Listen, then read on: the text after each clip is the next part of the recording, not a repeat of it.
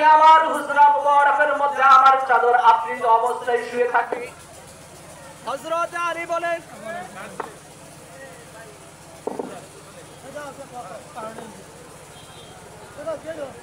হযরত আলী বলে ইয়া রাসূলুল্লাহ ইয়া হাবিবাল্লাহ, আমি আপনার চাদর মুড়া দিয়ে যখন শুয়ে থাকবো, কাফের মুশরিকেরা আমাকে হত্যা করে ফেলবে, কতল করে ফেলবে, কিন্তু এর জন্য একটু পরোয়া করি না, এর জন্য একটু দুঃখ রাখি না।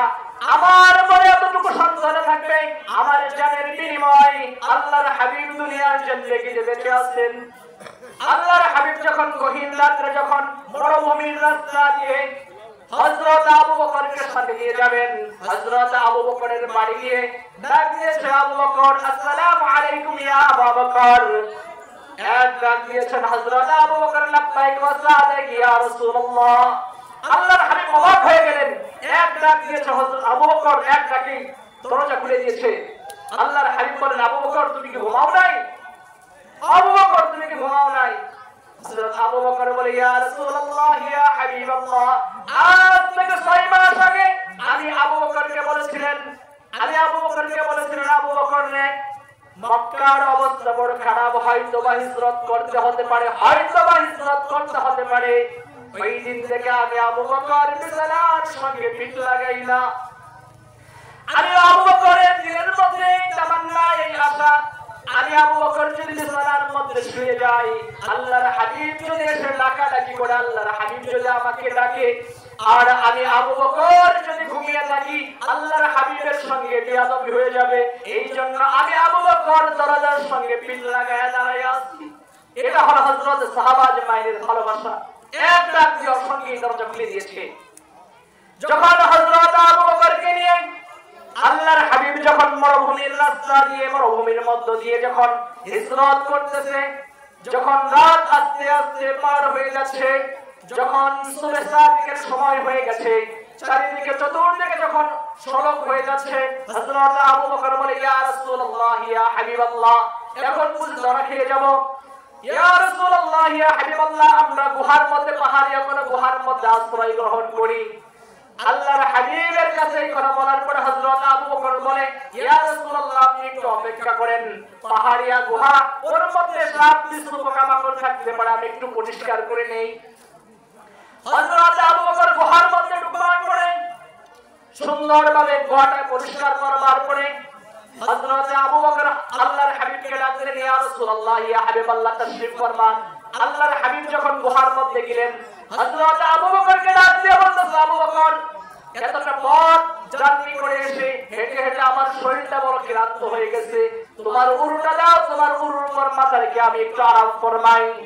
হযরত আবু বকর আল্লাহর হাবিবকে নিজের উরুর উপরে, নিজের রানের উপর শোয়া রেখে দেখতেছে গুহার মধ্যে কয়েকটা গর্ত, তার কাছে যে কাপড় আছে, কাপড়গুলা, চাদরগুলা ছেড়ে ছেড়ে প্রত্যেকটা গুহার মুখ, প্রত্যেকটা ছিদ্রর মুখ বন্ধ করে দিচ্ছে।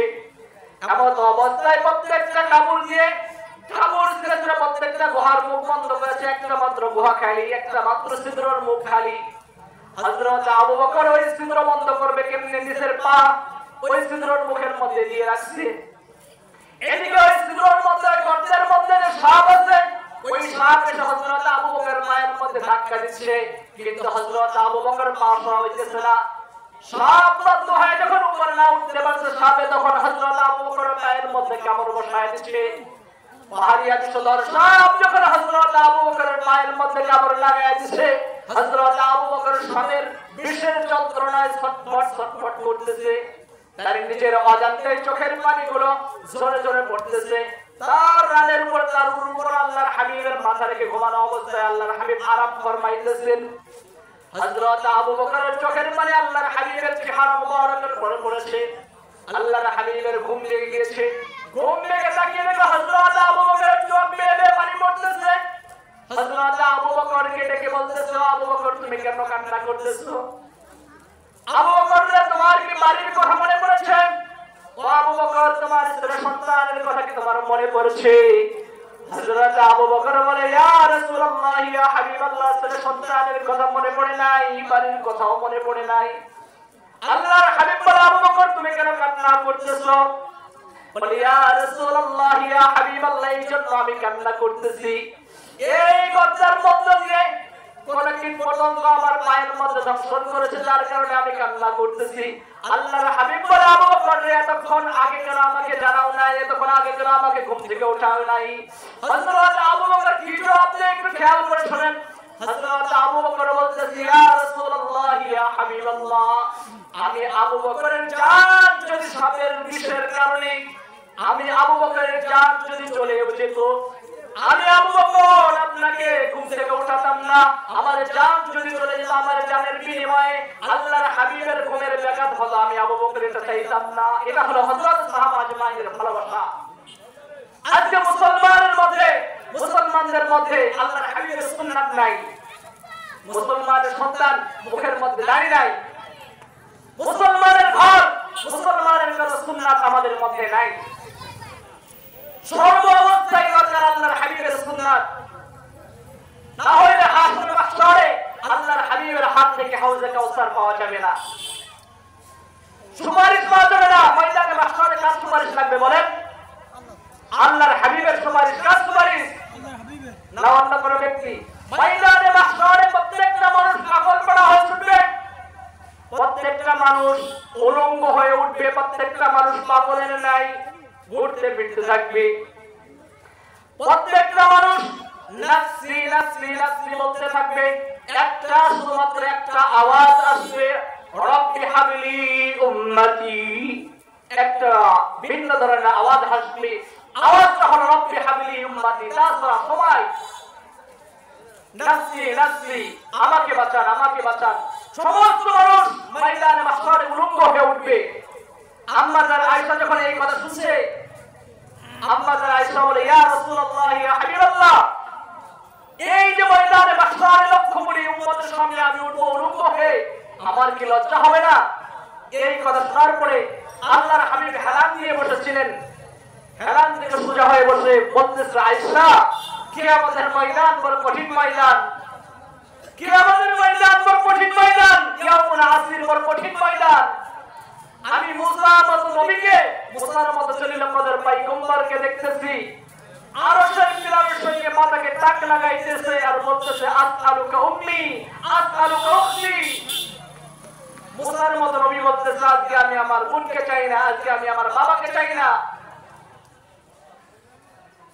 ময়দানে মাহশরে নিজের চিন্তায় নিজের ভিতরে থাকবে না শুধুমাত্র একজন ব্যক্তি বলবে রব্বি হাবলি উম্মতি আমার উম্মতদেরকে বাঁচান আমার উম্মতদেরকে বাঁচান তার সুপারিশ লাগবে আর তার জন্য আমরা কি করতেছি আজকে মুসলমান তুই ভুলে গেছে আজকে মুসলমানের সন্তান নিজের যে মুসলমান এটাই ভুলে গেছে ময়দানে মাহশরে আল্লাহর হাবিবের সুপারিশ লাগবে কিন্তু আমার মধ্যে আপনার মধ্যে এমন কোন আখলাক নাই আল্লাহর হাবিবের কোন চরিত্র নাই এই যে ছোট্ট থেকে ছোট্ট আমল বড় থেকে বড় আমল সমস্ত আমল কিয়ামতের ময়দানে আল্লাহ সুবহানাহু ওয়া তাআলা লিপিবদ্ধ করবেন ফেরেশতাদের মাধ্যমে নোট আকারে কিয়ামতের ময়দানে ধরিয়ে দেওয়া হবে ওয়া আকসারা আলি হাযাল কিতাব লা ইউগাদির সগীরাতাও ওয়ালা কাবীরা এই যে ছোট্ট থেকে ছোট্ট আমল লা ইউগাদির সগীরাতাও ওয়ালা কাবীরা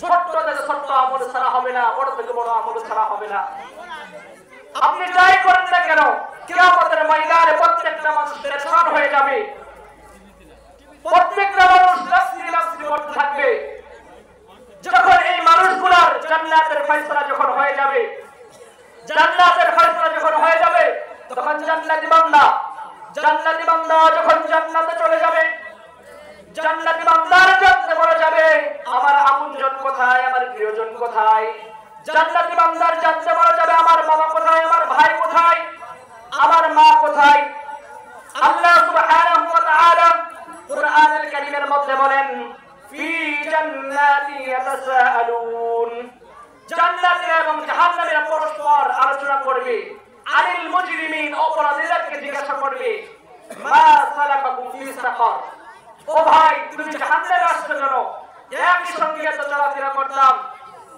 একই বাজার ঘাটে বাজার করতাম একই রোডে চলতাম একই সমাজে বসবাস আমি জান্নাতে আসলাম তোমাকে কোন জিনিস তোমাকে জাহান্নামে করলো মা সালাকাকুম ফি সাকার, এই সাকার নামক জাহান্নামে তোমাকে কোন জিনিস আনছে বলো। জাহান্নামীদের চারটা বদ খাসলাত, আজকে আলোচনা থেকে এতটুকু সবক নিয়ে যাব। জাহান্নামীদের চারটা বদ খাসলাত, জাহান্নামীরা নিজেদের জবানে নিজেরা বলবে। এই কথাটা আল্লাহ সুবহানাহু ওয়া তাআলা 29 পারায় সূরা মুদাসসিরের মধ্যে আল্লাহ সুবহানাহু ওয়া তাআলা তুলে দিয়েছেন। জাহান্নামীরা নিজেরাই বলবে যে আমরা চার কারণে জাহান্নামে আসছি। কয় কারণে? জাহান্নামীরা কয় কারণে জাহান্নামী? চার কারণে। এই চার কারণ যদি আমাদের মধ্যে থাকে বর্জন করা যাবে না ইনশাআল্লাহ? অবশ্যই। যদি এই চার বদ খাসলাত আমাদের মধ্যে থাকে, জাহান্নাম থেকে বাঁচার জন্য এই চার বদ খাসলাত আমাদেরকে বর্জন করতে হবে, ছাড়তে হবে। দুনিয়াতে অনেক সময় দেখা যায় যে ডাক্তারের প্রেসক্রিপশন, ডাক্তারের ওষুধ খেতে হলে কত নিয়ম নীতি মানতে হয়, কত আদেশ নিষেধ মানতে হয়। কিন্তু জাহান্নাম থেকে বাঁচার জন্য কিছু জিনিস ছাড়তে হবে, কিছু জিনিস ছাড়ি না, আর কিছু কাজ করতে হবে, কিছু কাজ করি না। যদি এই চার বদ খাসলাত আমাদের মধ্যে থাকে, এই চার বদ খাসলাতকে ছাড়তে হবে জাহান্নাম থেকে বাঁচার জন্য। কি সেই চার বদ খাসলাত? জাহান্নামীরা নিজেরাই বলবে মা সালাকাকুম ফি সাকার। প্রথম নাম্বার বলে ক্বালু লাম নাকু মিনাল মুসাল্লিন। জাহান্নামীরা বলবে আমাদের প্রথম নাম্বার যে বদ খাসলাত ছিল ক্বালু লাম নাকু মিনাল মুসাল্লিন, আমরা নামাজ ছিলাম না, কি ছিলাম না? আমরা নামাজ ছিলাম না। একই সমাজে বসবাস, বন্ধু বান্ধব একই সঙ্গে চলাফেরা, উঠা বসা, একই বৈঠকে উঠা বসা, এক বন্ধু নামাজি আর এক বন্ধু নামাজি না। এই বন্ধু ওই বন্ধুকে বলবে, জান্নাতি বন্ধু জাহান্নামী বন্ধুকে বলবে যে ভাই আমরা জাহান্নামে আসার কারণ লাম নাকু মিনাল মুসাল্লিন, আমরা মুসল্লি ছিলাম না, আমরা নামাজি ছিলাম না। প্রথম নাম্বার কারণ বলবো আমাদের বদ খাসলাত ছিল আমরা জাহান্নামে আসার কারণ হলো, জাহান্নামে আসার কারণ হলো লাম নাকু মিনাল মুসাল্লিন, আমরা নামাজি ছিলাম না। দ্বিতীয় নাম্বার কারণ বলবে ওয়া লাম নাকু নুতি'মুল মিসকিন, আমরা মিসকিনদের খানা দিতাম না, অথবা মিসকিনদের খানা দেওয়ার জন্য মানুষকে উৎসাহ দান করতাম না। দুই নম্বর যে আমরা মিসকিনদের নিজেরাও খানা দিতাম না এবং অপরকে উৎসাহ দিতাম না। এই জন্য আমরা মিসকিনদের খানা দেব। কি বলেন? আল্লাহ সুবহানাহু ওয়া তাআলা বলেন যে কাফিরদের বদ খাসলাতের কথা আল্লাহ সুবহানাহু ওয়া তাআলা সূরা মাউনের মধ্যে বলেন ওয়ালা তাহাদুনা আলা তুআমিল মিসকিন। কাফিরদের বদ খাসলাত হলো তারা মিসকিনদের কি করে না? খাদ্য দেয়, উৎসাহিত করে না, খাদ্য দেয় না। আল্লাহ সুবহানাহু ওয়া তাআলা সূরা ফাজরের মধ্যে বলেন মানুষের রিজিক সংকীর্ণ হওয়ার কয়েকটা কারণ, তার মধ্যে আছে যে মিসকিনদেরকে খানা না দিলে রিজিক সংকীর্ণ হয়ে যায়। এই জন্য জাহান্নামীরা বলল আমরা জাহান্নামে আসার 2 নাম্বার কারণ হলো মিসকিনদেরকে খানা দিতাম না। এরপর 3 নাম্বার কারণ জাহান্নামীরা বলবে আমরা জাহান্নামে আসছি আমাদের এই কারণ আমরা মানুষকে একজন অপরজনকে গীবত করতাম, অনার্থক মজলিসের মধ্যে সময় কাটাইতাম। ওয়ালাম নাকুন নুতি'মুল মিসকিন ওয়া কুননা নাখুদু মা'আল খাইদিন। জাহান্নামীরা বলবে ওয়া কুননা নাখুদু মা'আল খাইদিন, আমরা জাহান্নামে আসার কারণ হলো আমরা অনার্থক মজলিসে সময় কাটাইতাম। কোন মজলিস? অনার্থক মজলিস। মজলিস এখানে কিন্তু কয়েকটা হচ্ছে। এখানে মেলার মাঠ খোলা, ওখানে মেলার মাঠ খোলা, এখানে আলোচনার মজমাও খোলা। এই জন্য আল্লাহ সুবহানাহু ওয়া তাআলা এক আয়াতের মধ্যে বলেন ফারিকুম ফিল জান্নাতি ওয়া ফারিকুম ফিস সাঈর, তোমার জন্য জান্নাতের রাস্তাও খোলা, তোমার জন্য জাহান্নামের রাস্তাও খোলা। তুমি যে কোনো রাস্তায় যাইতে পারো। আল্লাহ কাউকে বাধ্য করেন না, বাধ্য করলে করতে পারেন, আল্লাহ কাউকে বাধ্য করেন না। আমাদেরকে সম্বোধন করে বলেন উনজুর ইলাল জিবালি ওয়া ইস্তিকরারিহা, মানুষ তুমি যদি মনে করো তুমি আমার ধারা ছোঁয়ার বাহিরে, তাহলে পাহাড়ের দিকে দেখো। উনজুর ইলাল জিবালি ওয়া ইস্তিকরারিহা, পাহাড় দেখো আর পাহাড়ের দৃঢ়তা দেখো। এই বিশাল পাহাড়কে যদি আমি হুকুমের মাধ্যমে স্থির রাখতে পারি, তোমার মতো সারাদিন আল্লাহওয়ালা মানুষকে নিয়ন্ত্রণ করা কোনো ব্যাপার না। এই জন্য আল্লাহ সুবহানাহু ওয়া তাআলা আমাদেরকে সম্বোধন করে বলে, এই জন্য জাহান্নামীরা বলবে 3 নম্বর বদ খাসলাত হলো আমরা অনার্থক মজলিসে সময় কাটাইতাম। অনার্থক মজলিস কেমন? দুই ধরনের মজলিস ছাড়া বাকি যে মজলিসগুলো আছে এইগুলো আমাদের জাহান্নামে যাওয়ার কারণ হতে পারে। একটা দুনিয়াবি কল্যাণ যেটার মধ্যে আছে, একটা আখিরাতি কল্যাণ যার মধ্যে আছে। এই দুই ধরনের মজলিস ব্যতীত বাকি মজলিসগুলো আমাদের জাহান্নামে যাওয়ার কারণ হতে পারে। এই যে মজলিসগুলো অনার্থক যে মজলিস, চায়ের দোকান, এখানে অহরহ গীবত হতে থাকে। গীবত আসলেও আমাদের কাছে গীবত আর গীবত মনে হয় না, গীবতটা আমাদের কাছে হয়ে গেছে ঘি ভাত। কইতেও মজা লাগে, শুনতেও মজা লাগে, কি মজার মজা। আবার যদি বলা যায় যে ভাই আপনি গীবত করেন কেন, বলে আমি ছাগল বলছি নাকি, ওর মধ্যে এই বাত খাসলাত আছে বিধায় বলছি। গীবত করার কয়েকটা স্টেপ আছে, কয়েকটা সিস্টেম আছে। এই জন্য আলোচনা সংক্ষেপে, যেহেতু সময় নেই, এই জন্য তারা বলবে আমরা এই জন্যই আমরা জাহান্নামে আসছি, অনার্থক মজলিসে সময় কাটাতাম। এই যে দুনিয়ার যে জিন্দেগি, এই জিন্দেগির জন্য পরকালে আফসোস করবে, বলবে ফারজি'না না'মাল সালিহা, আরেকটা বার সুযোগ দেন, আমল সালিহা করে আসবো, নেক আমল করে আসবো। ফায়াকুল রাব্বি লাউলা আখরতানি ইলা আজালিন করিব, আয় আমার রব আরেকটা বার সুযোগ দেন, আরেকটা বার চান্স দেন, দুনিয়াতে আমি যে ভালো ভালো আমল করে আসবো। বলেন এই সুযোগ আর পাওয়া যাবে? এই দুনিয়ার জিন্দেগিতে যে সময়, হায়াতের জিন্দেগি একেবারে স্বল্প, 60 থেকে 70 বছরের জিন্দেগি, কিন্তু আবাদের যে জিন্দেগি রয়েছে, যে জিন্দেগির শেষ শুরু আছে আর শেষ নাই। এই গীবতের মাত্রা আমার মা বোনদের মধ্যে বেশি। মা বোনেরা যেহেতু আছে, তাদেরকেও লক্ষ্য করে বলি, প্রিয় মা, প্রিয় বোন আমার, একটু মনোযোগী হয়ে শুনি। গীবত আল্লাহর হাবিব সাল্লাল্লাহু আলাইহি ওয়াসাল্লাম মিরাজের রজনীতে গিয়ে দেখে জাহান্নামের মধ্যে অধিকাংশই নারী, জাহান্নামের মধ্যে অধিকাংশই নারী। এর কারণ হলো নারীরা মুখে হেফাজত করতে জানে না। হোক সন্তান, হোক স্বামী, হোক ছেলে, হোক মেয়ে, যে হোক না কেন, লানত করতে দ্বিধাবোধ করে না। বড় বড় করে বুঝে দেখে না নিজের সন্তান লানত করতেছে, নিজের স্বামী বলে ভাড়া করার বাড়ি এসে জীবনে শান্তি পাইলাম না।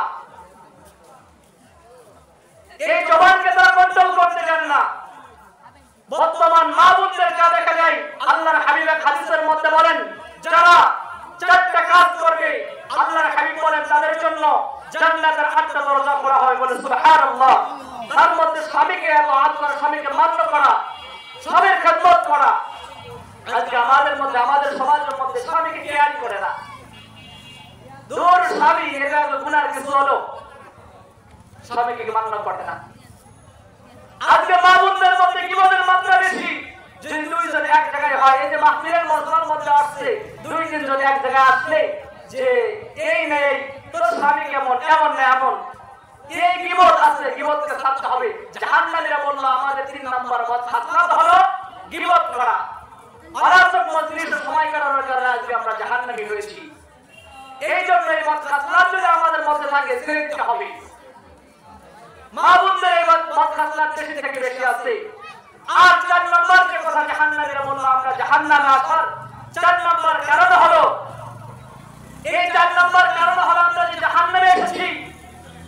1 নম্বর, যদি কোনো নারী যদি জান্নাতে হতে যায়, জান্নাতের যে কোনো দরজা দিয়ে প্রবেশ করতে চায়, তাহলে 1 নম্বর নবী পাক বলেন আল মারআতু ইযা সাল্লাত খামসাহা, 5 ওয়াক্ত নামাজ পড়তে হবে। এটা কোনো কঠিন বিষয়? 5 ওয়াক্ত নামাজ মাসবিক পড়তেই হবে।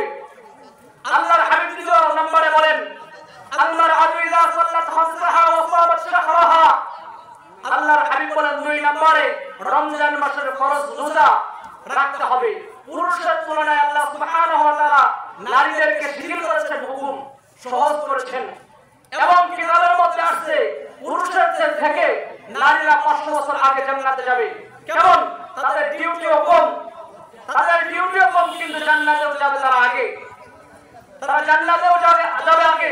যেমন রমজানের রোজা একজন পুরুষের জন্য 30টাই ফরজ, কিন্তু একজন মা বোন কিন্তু 30টা রোজা রাখতে পারে না। অসুস্থতার কারণে 30টা রোজা রাখতে পারে না। 2 নম্বর কারণ হলো জান্নাতে যাওয়ার জন্য একজন মহিলা রমজানের রোজা রাখবে। 3 নম্বর কারণ হলো একজন মহিলা আমল করবে, সেটা হলো স্বামীকে, নিজের স্বামীকে কি করবে? খেদমত করবে। 4 নম্বর হলো একজন নারী তার লজ্জা স্থানকে হেফাজত করবে। নবী পাক এক হাদিসের মধ্যে বলেন, যে ব্যক্তি দুইটা জিনিসের জিম্মাদার হবে, নবী পাক বলেন আমি নবী তার নিজে তার জান্নাতের জিম্মাদার। বলে সুবহানাল্লাহ।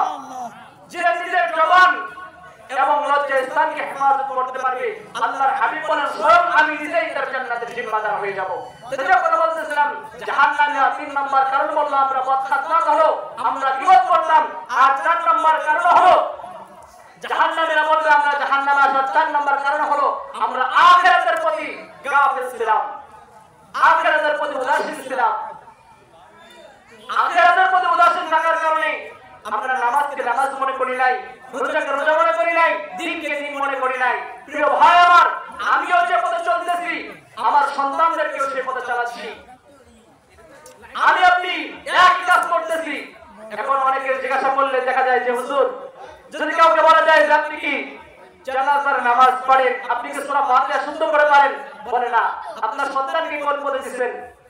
বলে সন্তানকে তো শিখাই নাই। একটু চিন্তা করে রাখেন, আপনার জানাজার নামাজে যখন ইমামতি করার দরকার হবে, মসজিদের ইমামকে ডাকার দরকার হয়, কিন্তু এখানে আলেম ওলামা বসা, উস্তাদ নয় বসা। সব থেকে বড় হকদার হলেন নিজের সন্তান। কিন্তু এখানে আপনার জানাজার নামাজে ইমাম আনা হচ্ছে ভাড়া করে, কিন্তু ওখানে যদি আপনার সন্তান দাঁড়ায় যেত আপনার জানাজার নামাজের মধ্যে, ইমামের দায়িত্ব 4টা বীরের সঙ্গে জানাজার নামাজ সম্পাদন করে ফেলবে। এটা ইমামের ডিউটি। আল্লাহু আকবার, আল্লাহু আকবার 4টা তাকবীর দিয়ে জানাজার নামাজ শেষ করে ফেলবে। কিন্তু ওখানে যদি আপনার সন্তান দাঁড়ায় যেত আপনার জানাজার নামাজের মধ্যে, আপনার সন্তান ওইটা জবান দিয়ে বলতো না। আপনার সন্তান যখন বলতো, সন্তানের কলিজা ছিঁড়ে দিলে আল্লাহু আকবারের আওয়াজ বাহির হতো। আল্লাহু আকবারের আওয়াজ সন্তানের কলিজা ছিঁড়ে দিলে বাহির হতো। কিন্তু প্রিয় ভাই আমার, প্রিয় বাবাজি, পদ্মার অন্তরের মা বোন, এমন কোন সন্তান নাই যে আমার জানাজার নামাজ পড়বে, আমার জানাজার নামাজ পড়বে, এমন কোন সন্তান নাই। মৃত্যুর যন্ত্রণা এত কঠিন, মৃত্যুর যন্ত্রণা এত কঠিন। এক বর্ণনার মধ্যে আসছে, মৃত্যুর যন্ত্রণার বর্ণনা আসছে যে একটা জীবিত বকরির গায়ে থেকে যদি চামড়া ছিলা হয়, ওই জীবিত বকরিটার যে পরিমাণ কষ্ট হয়, একজন নাফরমানের জান বাহির হতে এর থেকেও কঠিন কষ্ট হয়। আরেক বর্ণনার মধ্যে আসছে নবী পাক বলেন, উত্তপ্ত তেলের মধ্যে, ফুটন্ত তেলের মধ্যে যদি জীবিত একটা বকরিকে ছেড়ে দেওয়া হয়, ওই ফুটন্ত তেলের মধ্যে ছটফট করে যেরকম জানটা কবজ হয়, ওই বকরির জানটা বাহির হয়ে যায়, যে পরিমাণ কষ্ট হয়, ওর থেকেও বেশি কষ্ট একজন নাফরমানের জান বাহির হতে এমন কষ্ট হয়। দুনিয়াতে সমস্ত কিছুর, সমস্ত অসুখের, সমস্ত বিমারির জন্য মেডিসিন আছে, ওষুধ আছে, কিন্তু মৃত্যুর যন্ত্রণা আল্লাহর হাবিব বলেছেন অবশ্যই হক সত্য, মৃত্যুর যন্ত্রণার কোনো ওষুধ নাই। দুনিয়ার কোন ফার্মেসি মৃত্যুর যন্ত্রণার কোন ওষুধ বানাতে পারে নাই, মেডিসিন বানাতে পারে নাই, কিন্তু আল্লাহর হাবিবের হাদিসের মধ্যে আছে যে মৃত্যুর যন্ত্রণা হবে না, মৃত্যুর যন্ত্রণা লাঘব হয়ে যাবে যদি একটা কাজ করতে পারেন। বলবো নেই সেই হাদিসটা আল্লাহর হাবিব বলেন, মা মিন মাইয়িতিন ইল্লা কুরিআ আলাইহি সূরাতু ইয়াসিন ইল্লা আওয়ালাল্লাহু আলাইহি। যদি কোন বান্দা মুহূর্ত ব্যক্তির পাশে বসে তার সন্তান যদি মা মিন মাইয়িতিন ইল্লা কুরিআ আলাইহি সূরাতু ইয়াসিন, সূরা ইয়াসিন তেলাওয়াত করে, সূরা ইয়াসিন তেলাওয়াত করে ওই ব্যক্তির জান কবজ হতে কি পরিমাণ আসর হয় বর্ণনা করলে বোঝা যায়। যেরকম একজন নবজাতক বাচ্চা মায়ের কোলের মধ্যে দুধ পান করতে থাকে, দুধ পান করতে করতে এমন একটা সময় আসে ওই নবজাতক বাচ্চা ঘুমিয়ে যায়, ঘুমিয়ে যাওয়ার পরে তার মুখ থেকে মায়ের স্তনটা ছুটে যায়, সরে যায়, ওই বাচ্চা টের পায় না। নবী পাক বলেন, কোন ব্যক্তির পাশে যদি সূরা ইয়াসিন তেলাওয়াত করা হয়, তার মুখ থেকেও যেরকম বাচ্চার মুখ থেকে স্তন সরে গেলে যেরকম বাচ্চা টের পায় না, তার মধ্য থেকে রূহ বাইর হয়ে গেলে ওই ব্যক্তি টের পায় না।